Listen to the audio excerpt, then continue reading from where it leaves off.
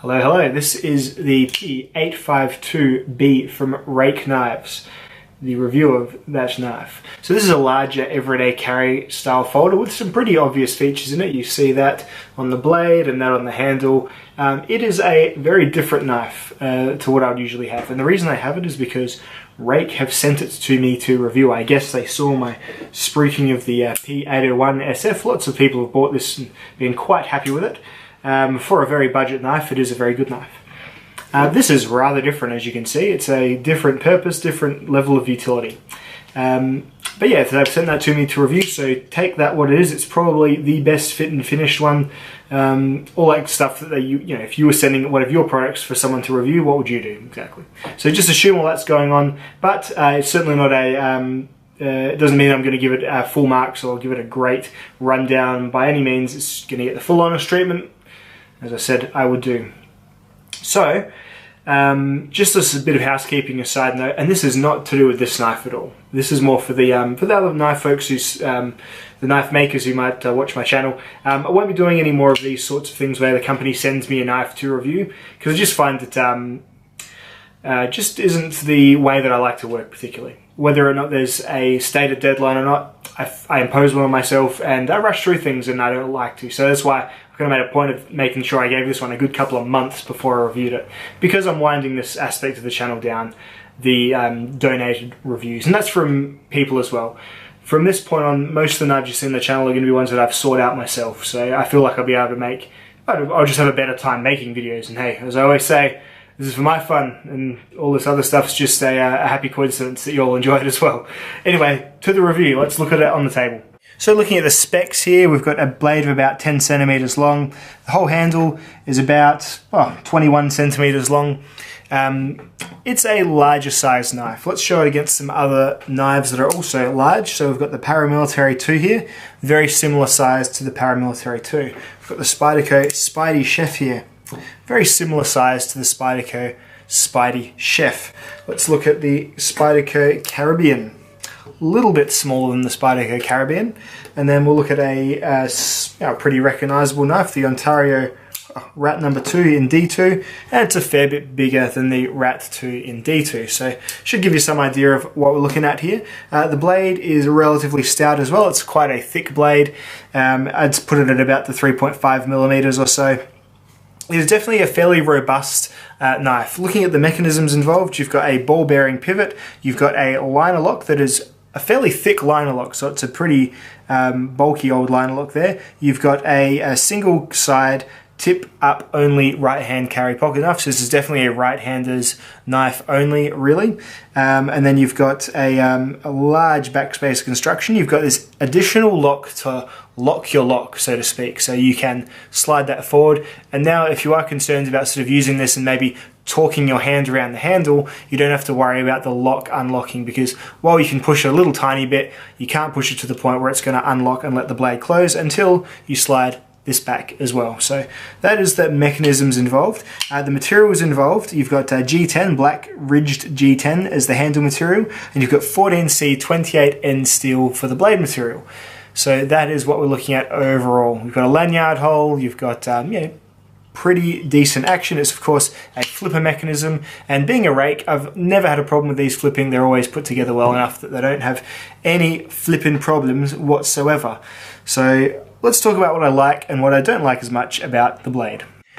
What I like, cutting performance. Look, in a world without sharpening, the recurve knife blades would be what every knife was made of, because there would be no reason to not make a recurve, because they plain and simply do cut a whole lot better through most things. Even with food, even on surfaces, when you've got a knife designed or a blade designed like this, you still get a lot of belly to use against cutting boards and that sort of thing. And then when you're holding things in the air and cutting them, this very purposeful recurve here does exactly what it's supposed to, and bites and sort of guides the material around, giving you extra cutting force as you pull the knife through here. Point of pressure being right here. this is a rope cutting beast, so a really, really excellent cutting knife. It's a nice broad face of the blade. So again, look at it next to, say, the Paramilitary 2. Another kind of pretty broad blade, but with the clipped off point gives you a little bit less broadness here. When you have even the thicker blades and you keep them tall and you keep the grinds quite high, you get some really good slicing performance. And this is a really good cutting blade. One of the better ones I've had recently. It's a really well... I mean, and this is the thing, I'm not sure if it's just the fit and finish that they've done for me because of this one, but this came with almost a mirror polished 18° per side bevel. So a really, really well sharpened knife as well that really does cut and perform excellently. So that's probably my favorite thing about the blade when it comes to actually sticking it in things and tearing and cutting and slashing and slicing. It does really well, and it cuts a lot like a bigger knife would, and that is just because of that recurve there. Recurves get extra mileage with cutting, and it is done very, very well. Another thing that is really good about it, I think I alluded to this before, is the general construction and fit and finish and maintenance of the knife. It's all pretty well done. Like, you don't need to tighten anything up when you get it, or at least I didn't. Nothing has come loose. There's been no problems with it whatsoever. I haven't had to disassemble it. I haven't had to clean it. And yeah, it's seen some dirt time for sure. It has actually been used quite extensively. So overall, it's a really well put together knife as well. And I do really enjoy rakes for that exact reason. I remember the first time I got this knife here and the first time I flipped it and had a really good look at it. This edge is mine, by the way. It's not usually that hideous. And you look at the centering and you look at the action and you look at how well everything fits together and you give it all a bit of a shake and a jiggle. The tolerances are really tight on rakes, and this one continues that trend, absolutely.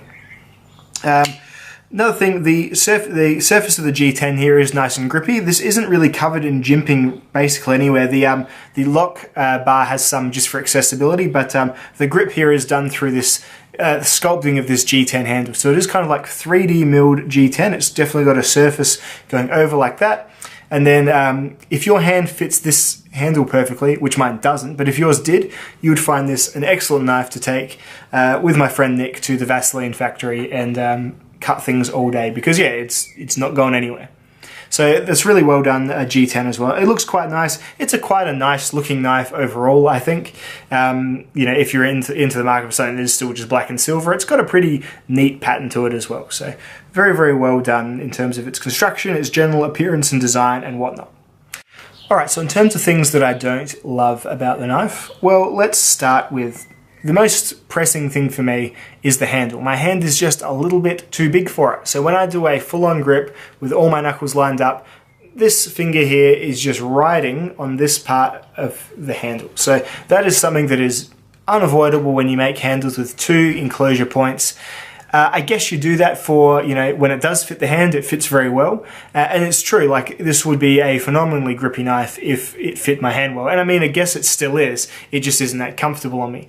Look, if you have a hand so I'm using my ruler here, when you clench your fist, if your fist is between your fingers about 8 centimeters across, then this might be a little bit too small for you. But if you, and that's the distance from this knuckle to this knuckle.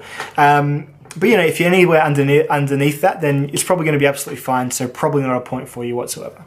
The pocket clip is a little bit shallow for my liking and a little bit devoid of ramp for my liking as well. It doesn't exactly slide into the pocket super easily, and there's a bit of grippy G10 underneath it, which kind of hinders that as well. Once it is in the pocket, it's certainly not going anywhere, but I would have loved to see them reverse it for one and then deep carry it a little bit, like these great clips you get on the other rake knives. So I would have much preferred that, for example.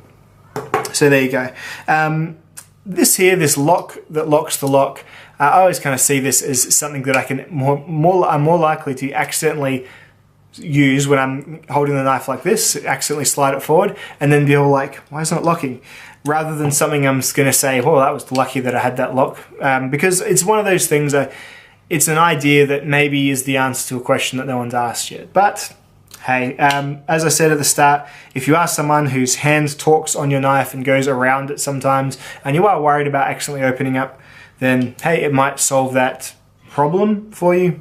But there you go. So I'm not super stoked on that, but it's not really doing any harm apart from me accidentally setting it off every now and then. So there's that too. So not a huge amount to dislike on the knife. Those are the only things I'd say no about. Just some other stuff though, other things that aren't neither here nor there. It's bad grammar, I know, that are neither here or there.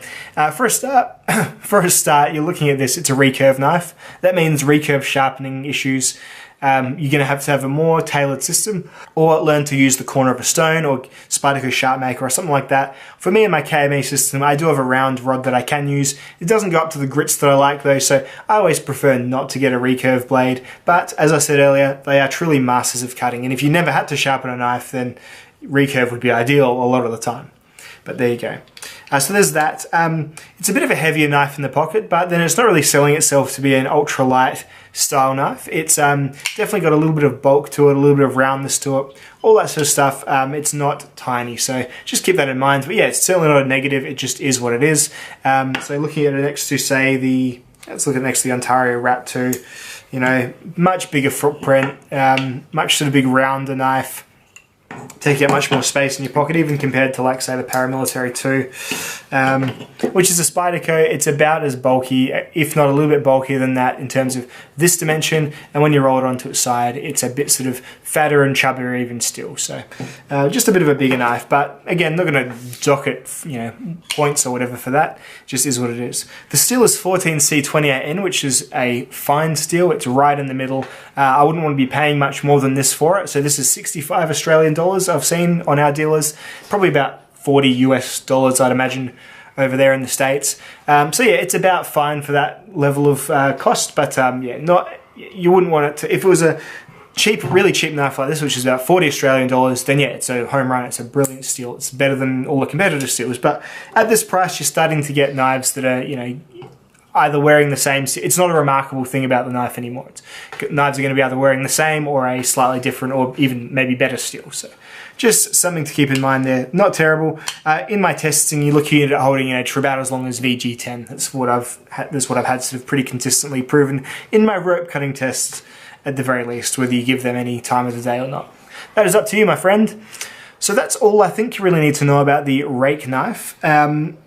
It's just not for me. It's not my kind of knife. I would never choose to buy a type of knife like this. And I guess this is harkening back to that thing I was saying earlier, how I'm probably not going to do this as much anymore, because I think I enjoy this hobby better, and I mean like the knife nerd hobby better, if I just scout my own knives and choose them myself and just buy them myself, and then yeah, I feel a bit more invested in the review as well. So this is definitely not for me, but I can say it's very well put together. It's got a good action. It's going to cut really, really well. If you need something that cuts like this, it's going to be a good heavy cutter for a long time. This does a fair bit of the work for you, this recurve here. And overall, if you have a slightly smaller hand than me, you're probably going to find it highly ergonomic and very grippy as well. So apart from it being pretty lefty unfriendly and just not the best in the pocket, there's really not too many like objectively bad things to say about it. It's just a matter of taste, and it is not really with my taste or not, but not really with my taste at all, but it may certainly be with yours. So that's about all I've got to say about the Ruike P852-B.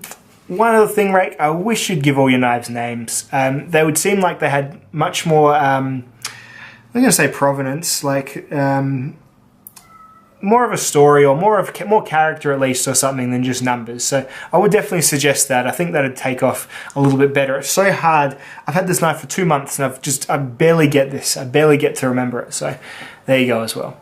At any rate, guys, I'll see you all in the next one. Goodbye.